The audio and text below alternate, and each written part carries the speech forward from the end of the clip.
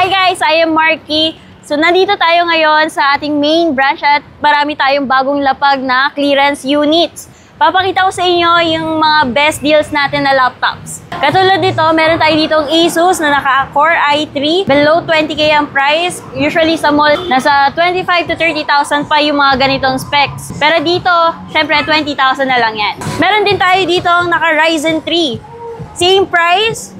Asus din, naka-8GB pa yung RAM. Then kung gusto nyo na medyo mataas yung processor, meron tayo dito naka-Ryzen 5. 22K lang ang price, kalaban ng i5. Pero kung gusto nyo ng mas affordable pa, meron tayo dito naka-Ryzen 3. 16GB pa yung RAM, pero ito ang price, nasa 13,000 lang. Ito naman, meron din tayo dito naka-Ryzen 5. 16GB rin ang RAM nito pero nasa 16,000 lang ang price. At syempre, para sa mga gamers natin dyan, meron din tayong gaming laptops na sulit ang price dito.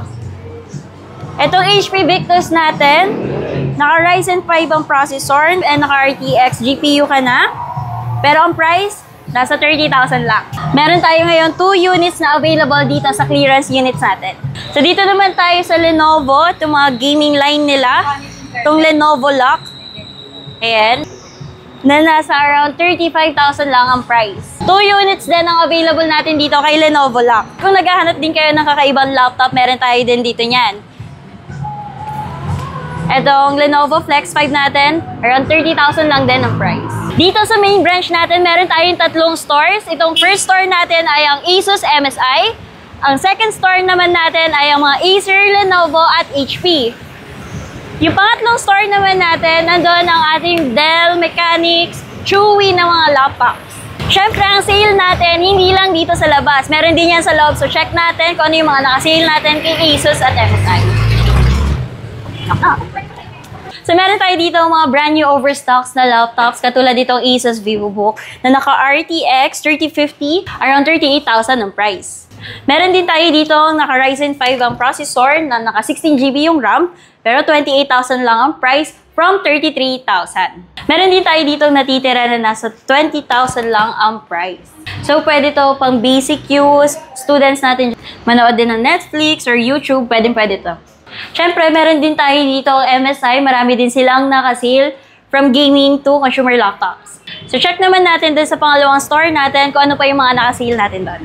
Oo nga pala guys, limited parking lang tayo dito, kaya kung hindi na kayo makapag-park, pwede tayo pumunta sa Robinsons Magdalena. So dito naman yung pangalawang store natin, nandito ang Acer, Lenovo, HP, at meron din tayong accessories like JBL, Logitech, and Fantech. At yung mga hard to find na brands, meron tayo nga dito, like katulad nitong Fujitsu, yung Dell Alienware, tsaka syempre meron na rin tayo dito mga MacBooks, yan. Isa sa mga sulit natin kay Acer, itong may free printer, itong Acer R3BM natin. Naka-Ryzen 5 na siya, around 28K lang ang price. At syempre, itong printer natin, nagkakahalaga ito ng mga nasa around 3,000 to 5,000. Pero pag binili nyo to, free lang siya. Meron din tayo ditong overstock na Acer Nitro, nasa around 33,000 na lang ang price. Naka-Ryzen 5 and RTX GPU na rin. Syempre, nandito yung mga JBL Logitech natin, mga accessories. Meron din tayong GC Life. And punta na tayo sa HP. HP naman. Dito naman kay HP, meron tayo dito naka-Ryzen 3 na nasa 20,000 lang ang price. Pero usually talaga ang Ryzen 3 is nasa 25K. Meron din tayo naka-sale na gaming laptop ni HP. Ito ang naka-RTX 4050 nila, nasa around 47,000 plus na lang ang price. At meron pa yan. Meron pang GCash cashback na worth 5,000 pesos. So parang makukuha nyo, pag nakuha nyo to parang nakuha nyo na lang siya nasa around 42,000. Next sana natin si Lenovo, pero medyo marami lang tao. Sunod muna tayo doon sa pangatlong store. Dito naman sa last store natin, nandito ang mga Dell, Chewy, Gigabyte at Mechanic na laptops. Check natin kung ano yung mga nakasale din. Evening. Isa sa mga affordable at reliable na laptop, itong mga Chewy laptops natin, katulad dito. Usually students, ito yung madalas na nabibili dahil naka 16GB na to, around 18,000 ang price. Meron din tayo dito nakasale kay Dell, itong mga gaming monitors. Nasa 27-inch. So itong monitor natin, curved na siya, and yun nga, gaming.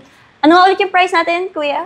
So, 7,999 nakasale lang kami ngayon. Ang SRP niya is 15,000 pesos po talaga. Ayan.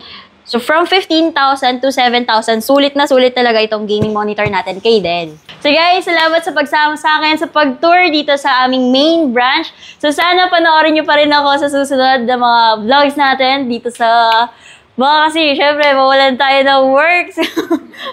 Panoorin nyo to hanggang sa dulo.